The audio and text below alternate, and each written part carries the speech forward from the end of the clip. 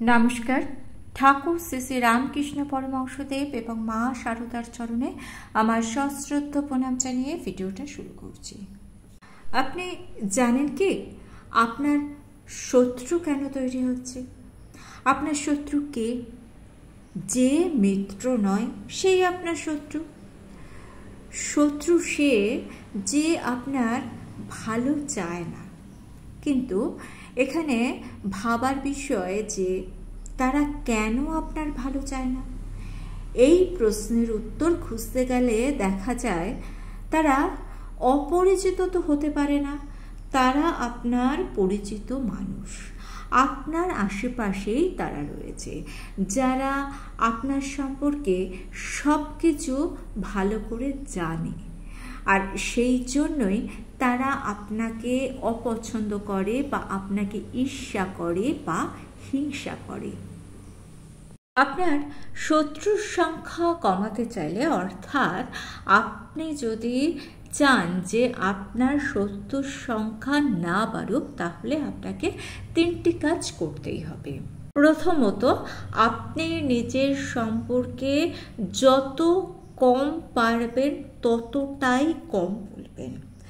আপনার দুঃখ, সুখ, ব্যর্থতার কথা যেমন আপনি বলবেন না, ঠিক তেমনভাবেই আপনার সফলতার কথাও যত কম করে বলা যায় আপনি ততটাই কম করে বলবেন। স্বয়ং রামকৃষ্ণ পরমহংসদেব বলেছেন, মানুষ চেনা সহজে যায় না। ঠাকুরের কাছে এক মহিলা আসতেন, তার নাম রতির মা। সে নিজেকে ভক্ত বলেই দাবি করত এবং নানাভাবে তার ভক্তির প্রকাশ করত। ঠাকুর বলছেন, রতির মার একদিকে তো কত ভক্তি, তাই এসে কত সেবা করে। রতির মা ছিল বৈষ্ণবী।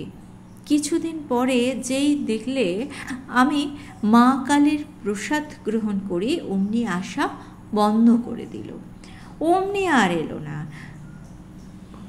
ঠাকুর বলছেন, একঘেয়ে স্বভাব গো। লোককে দেখলে প্রথমে চেনা যায় না, চেনা বড় দায়। ঠাকুর হেসে বলছেন, দেখো, সংসারী লোকেদের একটা না একটা কামনা বাসনা থাকেই। এদিকে আবার ভক্তিও বেশ দেখা যায়।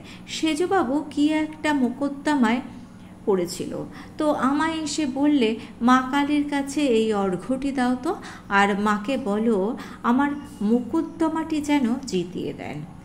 আমি কেমন উদার মনে মায়ের কাছে দিয়েও দিলাম। শত্রু কমাবার দ্বিতীয় যে কাজটি আপনাকে করতে হবে সেটি হচ্ছে, যে কোনো পরিস্থিতিতে আপনাকে নিজেকে সামলাতে হবে। মানুষের ওপর একদম ভরসা করবেন না বা মানুষকে অবলম্বন করার চেষ্টা করবেন না, কারণ এই প্রকৃতি বা আবহাওয়ার মতোই মানুষের মন পরিবর্তনশীল। এই পৃথিবীতে যে কোনো সম্পর্ক টিকে থাকে দেওয়া এবং নেওয়ার উপর নির্ভর করে, এবং এই দুটি ভিত্তি হলো, প্রথম প্রয়োজন, দ্বিতীয়টি স্বার্থ। প্রয়োজন ও স্বার্থ মিটে গেলে আপনার খবর আর কেউ রাখবে না, আর সেই জন্যই আপনার সাথে আপনাকেই হতে হবে। আর আপনার নিজের সাথে আপনি নিজে তখনই হতে পারবেন যখন আপনি মন প্রাণ ঢেলে ঈশ্বরকে ভালোবাসতে পারবেন। আর মানুষের সেবা বা মানুষের সাথে সম্পর্ক রক্ষা করার ভিত্তি হবে আপনার ঈশ্বরের প্রতি ভালোবাসা এবং ভরসা। কিন্তু ঈশ্বরকে কিভাবে ভালোবাসতে হবে? এর উত্তরে ঠাকুর বলছেন, রামকে জানতে হলে সীতার মতো হতে হয়, ভগবানকে জানতে হলে ভগবতীর মতো হতে হয়। ভগবতী যেমন শিবের জন্য কঠোর তপস্যা করেছিলেন, ঠিক সেরকমভাবে তপস্যা করতে হবে গো। পুরুষকে জানতে গেলে প্রকৃতি ভাবকে আশ্রয় করতে হয় গো। সখী ভাব, দাসী ভাব, মাতৃভাব। এই জগৎ সংসারে আপনার চারপাশে যে সমস্ত মানুষ রয়েছে তাদের সঙ্গে আপনার সম্পর্কের বিশেষত্ব রয়েছে। কারোর আপনি পিতামাতা, কারো বন্ধু বা কারোর অন্য কোনো সম্পর্ক। তো প্রতিটি সম্পর্কের মধ্যে এই তিনটি ভাবের যে কোনো একটি ভাব মিশে থাকবে। কারো ক্ষেত্রে সুখী ভাব, কারো ক্ষেত্রে দাসী ভাব, আবার কারো ক্ষেত্রে মাতৃভাব। আপনি তৃতীয় যে কাজটি করবেন সেটা হলো আপনি এই তিনটি ভাবের একটি ভাব নিয়ে মানুষের সাথে মেলামেশা করবেন, আর তখনই আপনার চারিপাশের মানুষের মধ্যে শত্রু সংখ্যা বৃদ্ধি পাবে না। আপনার চারপাশের মানুষদের মধ্যে আপনি দেখতে পাবেন আপনার আরাধ্য ঈশ্বরকে। তাহলে যেটা করতে হবে সেটা হচ্ছে, দেখুন, আমাদের সকলকে মানুষের সঙ্গে মিশতে হবে, কারণ আমরা সামাজিক জীব। আপনার মনুষ্যত্বকে বিসর্জন দিয়ে আপনি বেঁচে থাকতে পারবেন না।